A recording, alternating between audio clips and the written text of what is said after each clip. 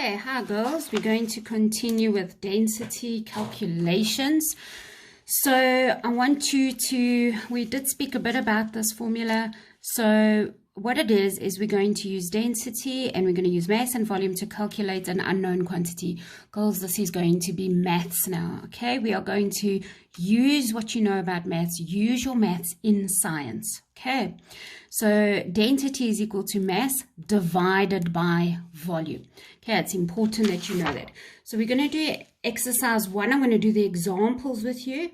I would then like you to do A and B of 1, A and B of 2, A and B of 3. Also, there is exercise 2. I'm also going to be loading an extra exercise if you would like to practice some more, if you are not coping with this. Okay, so the very first thing in science, what we do is when we have to calculate something, we always write the formula down. It is the rule that you do that. In fact, in matric, you get a mark for it. Okay, so you get a mark for choosing the correct formula. I do this in grade 8 as well. Okay, you're going to get a little data sheet at the end of the year or in the tests or whatever, and you can pick the correct one. Okay, so we're going to first work out density and take a note of what density is. Now, I know in maths you have done a bit of exponents. So I'm just going to show you where they get this unit from. You don't need to know where you get it from, but I'd like to explain what that -3 is there for. Okay, because I know somebody's going to ask me. Okay, so we know that density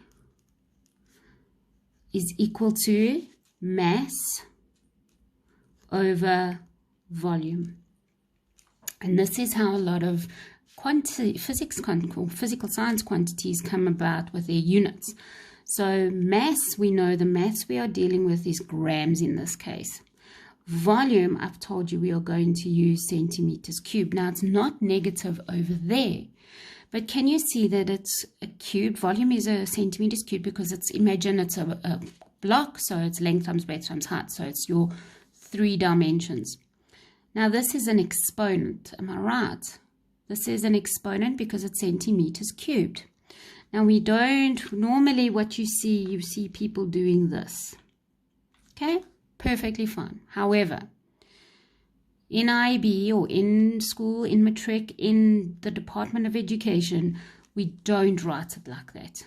Okay, the way we do it is we take this up. And when we take it up, what happens to the exponent, girls? Can you remember?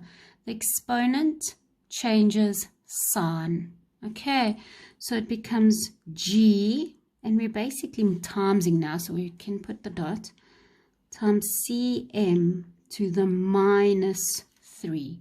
And that is where we get this unit for density from. I want you to know that is the unit for density.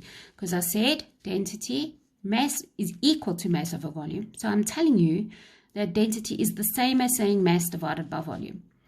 Mass's unit is grams, volume's unit is centimeters cubed.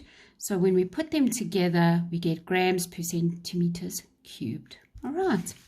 Okay, so that's where that comes from. So for now, this is not the real symbol for density, but I don't see why you don't really need to learn it.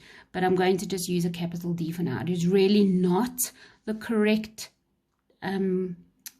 symbol for density. So it's like a funny Q thing like that. Okay, but I'm not going to confuse you with that. We're just going to use a D. All right. So it says here, example: I have a mass of 30 grams and I have a volume of 15 centimeters cubed. What is the density?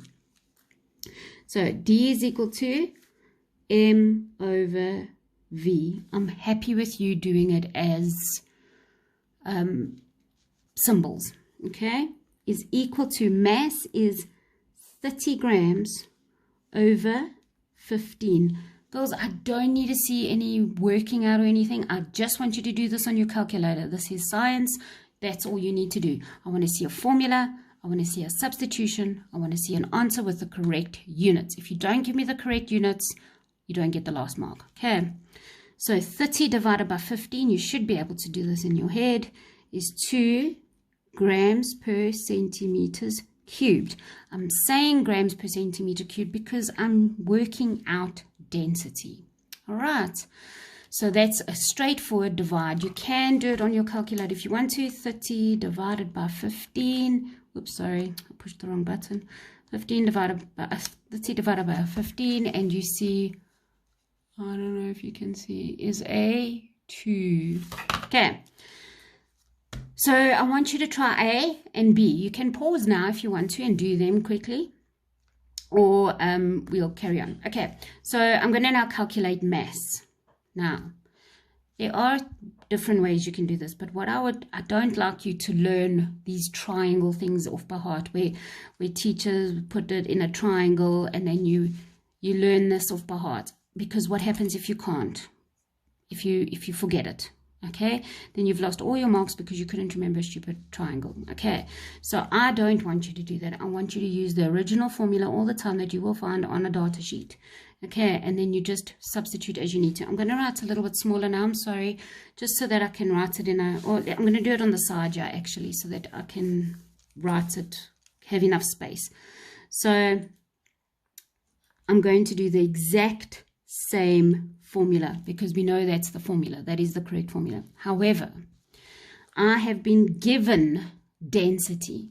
Density is 0,3 grams per centimeter cubed. I have been given volume. I am looking for the mass. So I'm going to substitute density under the D. So instead of D, I'm going to write 0,3. Why can I do that? Because it told me density was that. I'm looking for mass, so I keep the M.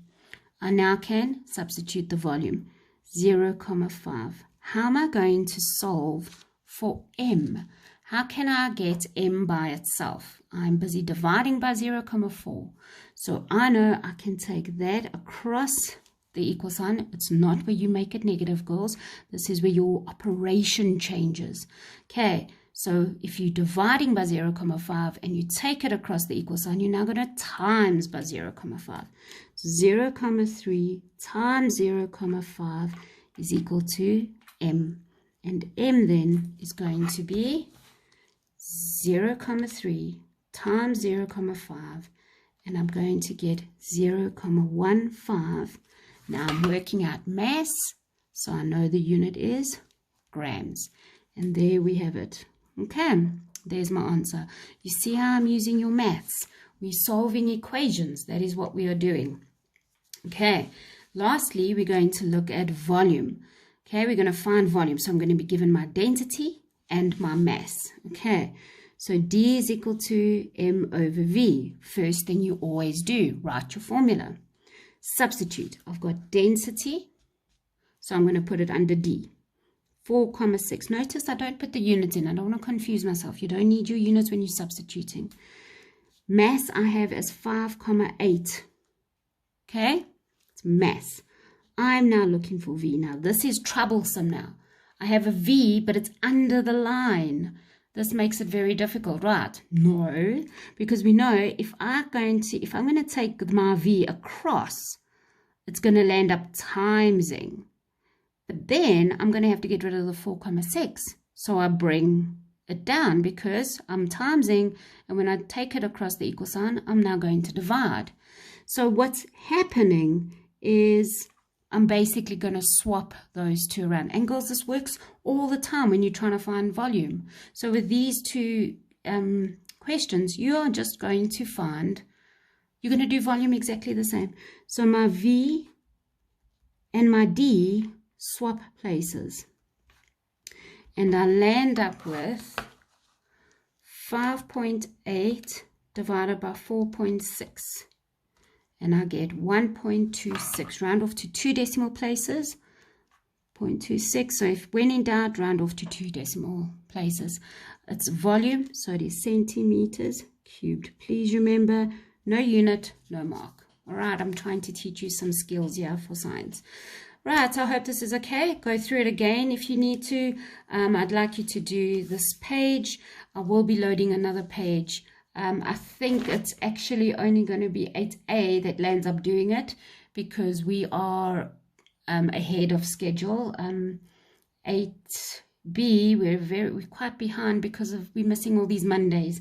So the only thing that 8A is going to do different is I'm going to give them that extra density worksheet as a compulsory worksheet. Okay, you can do it if you want to or not. All right. Okay, girls, have a good day.